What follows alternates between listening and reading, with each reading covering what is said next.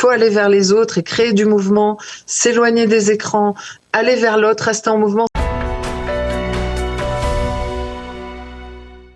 Eh bien, nous avons le plaisir d'être en ligne avec Milka Selinadré. Bonjour. Bonjour. Merci d'être avec nous ce matin. Je rappelle à nos auditeurs que vous êtes psychologue, clinicienne avec vous et que vous êtes en relation étroite avec One Family, dont on a parlé déjà cette semaine, mais également Yahad Bekesher, qui est une organisation qui s'occupe en particulier des Olim, qui développe des troubles, on va dire, des troubles, des traumatismes liés à la guerre ou pas seulement à la guerre. Mais en tout cas, avec vous, je voudrais que l'on fasse un point sur ces 16 jours de guerre. On rentre dans le 17e jour de guerre. Est-ce que d'abord, il y a eu des manifestations particulières qui sont liées, on va dire, à ce que nous vivons tous ensemble en Israël, c'est-à-dire la multiplication des alertes, les booms un peu partout à travers le pays, le survol des avions quasiment incessant? Ah oui, ça va pas sans dire. Alors, surtout que ça s'inscrit dans 2 ans et demi de guerre avec beaucoup d'effets psychologiques, hein, malheureusement. C'est un petit peu... Je me souviens... Eli Al-Alouf, le regretté Eli Al-Alouf, disait d'Israël, c'est d'un côté la Startup Nation et de l'autre côté la misère. Avec le fait que psychiquement on ait été aussi embarqué, c'est aussi ces deux effets paradoxaux, c'est-à-dire que d'un côté, il y a une immense résilience de la société israélienne qui continue à fonctionner, et de l'autre, il y a énormément d'impact psychologique. Le rapport du Mevaker Hamedina, c'est-à-dire du contrôleur d'État, faisait état de plus de 30% de troubles psychiques sévères dans la population, et on n'a pas tout le temps la possibilité de le traiter. C'est-à-dire que l'accès aux soins est une véritable question. Donc, on se retrouve dans une position où on peut réfléchir ensemble, si vous voulez, Daniel, à qu'est-ce qui fait qu'il y a cette fameuse résilience dans la société israélienne et qu'est-ce qui fait que certaines parties de la société, par contre, sont extrêmement impactées. Alors évidemment, vous en avez parlé avec Auriella hier, il y a des facteurs qui sont des facteurs de fragilisation, comme le fait d'avoir déjà été touché. Je pense aux familles d'otages ou des familles qui ont été déjà très éprouvées par la guerre, ayant connu des attentats ou des soldats qui auraient été dans des opérations très difficiles, les personnes déplacées qui sont aussi beaucoup plus fragilisées. On imagine l'impact que ça peut avoir d'avoir eu sa maison détruite et psychiquement, c'est d'une grande violence. Et donc, ce sont des personnes qui sont beaucoup plus à même de développer des troubles. On le voit moins, mais aussi beaucoup les personnes isolées. Parce qu'il y a un facteur très fort dans le terrorisme et dans la guerre psychologique qui est moins visible que celui de la sidération, qui est de justement ressentir qu'on est seul et qu'on est extrêmement coupé de son entourage. Et donc, un des facteurs de la résilience, c'est d'être ensemble.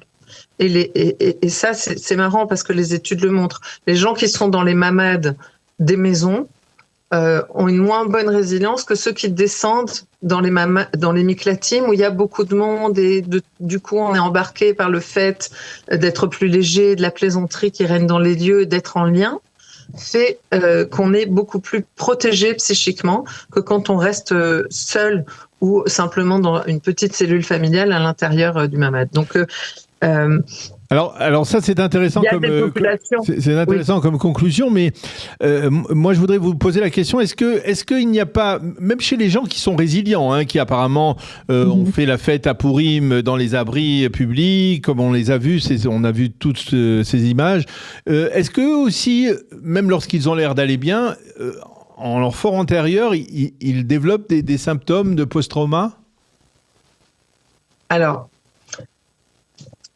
c'est compliqué parce que les symptômes de post-trauma, ce sont des symptômes qui sont des symptômes entre guillemets normaux de réaction au stress qui deviennent pathologiques s'ils durent une fois que la menace est partie. Oui. Plus d'un mois après. Donc il est normal quand on est en position d'être exposé, d'être dans une forme d'hypervigilance qui nous met tous à fleur de peau. D'avoir du mal à s'endormir, d'avoir des compulsions au niveau de la nourriture et de développer des addictions. Ça peut être ceux qui arrêtent de manger comme ceux qui vont avoir, c'est physiologique, hein, l'exposition au stress fait qu'on ne fonctionne pas comme on le fait habituellement. Maintenant, vous et moi, par exemple, les personnes qui sont dans des professions qui sont tenus d'être en permanence au contact de la menace, soit par le fait qu'ils sont des psychothérapeutes qui vont avoir des récits en permanence toute la journée autour de ce qui est traumatisant, et vous qui êtes rivés à l'information, on est plus exposé que les autres à développer des troubles. Mais on arrive à le contenir par plusieurs façons, qui est c'est une expérience en fait d'appréhender le réel et d'appréhender le monde en essayant avec une volonté forte de ne pas céder à la paralysie engendrée par la peur. C'est-à-dire que se mettre en mouvement, ne pas céder à la sidération, c'est une façon de réagir à la menace qui provoque la sidération et l'isolement. Donc le fait d'être, en évitant la sidération et le repli, on se maintient dans un seuil, je dirais, infrapathologique.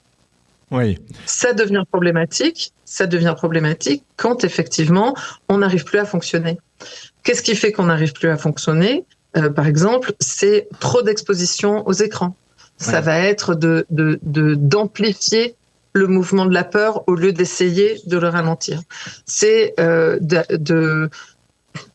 de répéter, par exemple, il y a eu une azaka, on a eu peur, quelqu'un rentre dans le miklat et va répéter de façon comme ça, forcée, « Ouah, j'ai vu ça, ça fait peur, ça fait peur, ça fait peur ». Et à ce moment-là, la peur, c'est une sensation c'est une émotion qui a pour caractéristique d'enfler, elle gonfle toute seule, et d'être contagieuse. Un peu comme un fou rire. C'est-à-dire que si quelqu'un prend un fou rire au bout d'un bus, vous savez pas de quoi il rit, mais au bout d'un moment, il y a une forme de contagion de l'émotion. C'est pareil. Donc ça, il faut délibérément avoir une démarche de rompre l'effet de la peur et de la contagion de la peur, et du côté qui enfle de la peur. Alors en rire, c'est très bien. Par exemple, ça casse l'effet de la peur. C'est-à-dire quelqu'un qui rentre en disant « Ouais, j'ai eu peur » et qui commence à en rigoler. Tout le monde, même les enfants, arrêtent d'avoir peur dans le miklat. Si par contre on fait enfler et qu'on laisse quelqu'un faire une crise d'attaque panique, alors à ce moment-là, oui, c'est compliqué parce que ça se diffuse. Oui. Donc il y a une forme de maîtrise fine, j'allais dire, de cette guerre psychologique, en ayant conscience de comment on est attrapé par la volonté de l'ennemi, qui consiste à nous sidérer par la peur et à nous isoler. Je reviens là-dessus. Il faut rester en lien. Concrètement, ça voudrait dire prendre l'habitude de rompre avec cette dépendance, par exemple, aux écrans, pour pouvoir être capable, par exemple, de raccrocher, de laisser son téléphone pour pouvoir appeler un ami, au lieu de rester sur les informations qui sont anxiogènes, et de créer du lien et du mouvement. Alors, est-ce qu'il y a aussi des phénomènes, par exemple, dans le cas de la guerre que nous vivons actuellement, qui font que, par exemple, eh bien, parce qu'on le sait, il y a des personnes âgées qui n'ont pas la capacité de descendre dans les abris s'ils n'ont pas de mamad, eh bien, ils restent chez eux, ils se rapprochent peut-être de la porte d'entrée, mais ils savent qu'ils ne sont pas véritablement protégés. Est-ce que finalement, est-ce que le fait de continuer à vivre normalement sans avoir besoin de descendre dans les abris, sans avoir besoin de rentrer dans un mamad, finalement, ça atténue une sorte de traumatisme possible de ce conditionnement dans lequel on évolue ?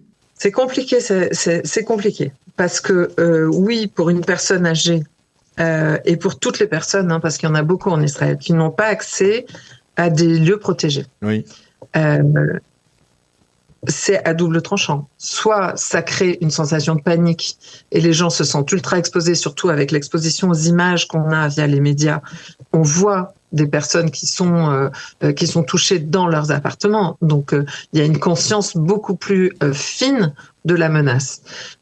Donc oui, de ce que je vois sur le terrain, les personnes renoncent parfois par fatigue ou par risque sur le chemin, parce que le risque d'accident sur le chemin vers le Miklat, quand on a 7 étages à descendre par exemple, ou quand il n'y en a pas, c'est peut-être plus dangereux même que le risque de missile.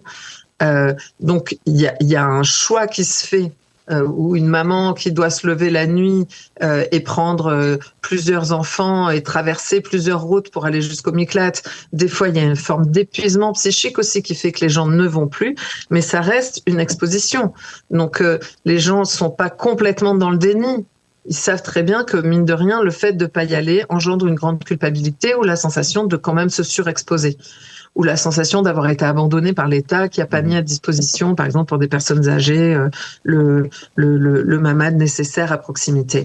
Et ça, c'est important. Hein. Il y a dans le fait de pouvoir développer des troubles, il y a aussi la sensation de gagner ou pas la guerre. Parce qu'effectivement, quand on va vers une guerre sur laquelle on a la sensation d'être en train de prendre le pas, psychiquement, ça a un effet positif qui est beaucoup moins violent que, par exemple, ce qu'on a eu après le 7 octobre, qui était le trauma du 7 octobre, plus le trauma généré par l'identification aux otages, qui était extrêmement violent, qui était une guerre psychologique très forte.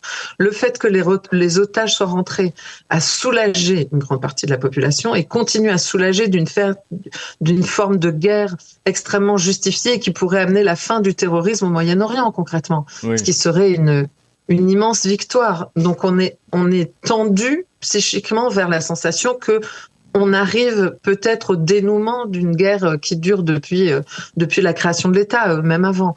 Donc il y a un effet extrêmement fort de la puissance de cette guerre qui serait potentiellement, je nous le souhaite, la fin du terrorisme, et de l'autre, un épuisement psychique du fait d'une grande exposition sur les derniers mois. Je voudrais reprendre un chiffre qui a été amené par l'organisation. Il nous reste vraiment une petite minute, voilà. L'organisation Natal, qui travaille aussi, qui reçoit des appels de personnes directement sur le terrain, et qui disait qu'il y a une forme de glissement des appels qui sont plus des appels de trauma, mais plutôt de dépression et de solitude. Et je pense que au fur et à mesure que la guerre dure, donc là il y a une histoire d'usure et de capacité à éviter la sidération et le repli, et qu'il faut aller vers les autres et créer du mouvement, s'éloigner des écrans, aller vers l'autre, rester en mouvement, ce que les Israéliens ont acquis de façon presque automatique à la suite des différentes guerres, c'est de vraiment ne pas céder à la paralysie de la peur et aller contrer l'isolement. Aller vers les gens qui sont trop seuls, faire des groupes, essayer de se mettre en mouvement en groupe. Et donc c'est aussi une forme de lutte et de thérapie pour surmonter, on va dire, ces traumatismes ou ces post-traumatismes. Merci beaucoup. Oui. Merci beaucoup. Oui, vraiment, ça fonctionne comme tel. Voilà, merci beaucoup Milka d'avoir accepté de répondre à nos questions, de nous avoir éclairé sur ce dossier qui est extrêmement important, qui nous concerne tous, on va dire, ceux qui, on va dire, l'ensemble de la population israélienne est bien entendu à l'écoute de ce genre d'informations, et c'est important de s'en informer, de s'informer justement de ce qui ressort de ces traumatismes et de la manière dont on peut... En groupe. Voilà, rester en groupe. Voilà, on a bien résumé d'une certaine manière. Rester en groupe, ça peut aider. Ça peut aider. L'union fait aussi la force dans ce cas-là. Merci beaucoup, Milka, d'avoir été avec nous. Bonne journée, à bientôt. Je vous en prie. De bonnes nouvelles.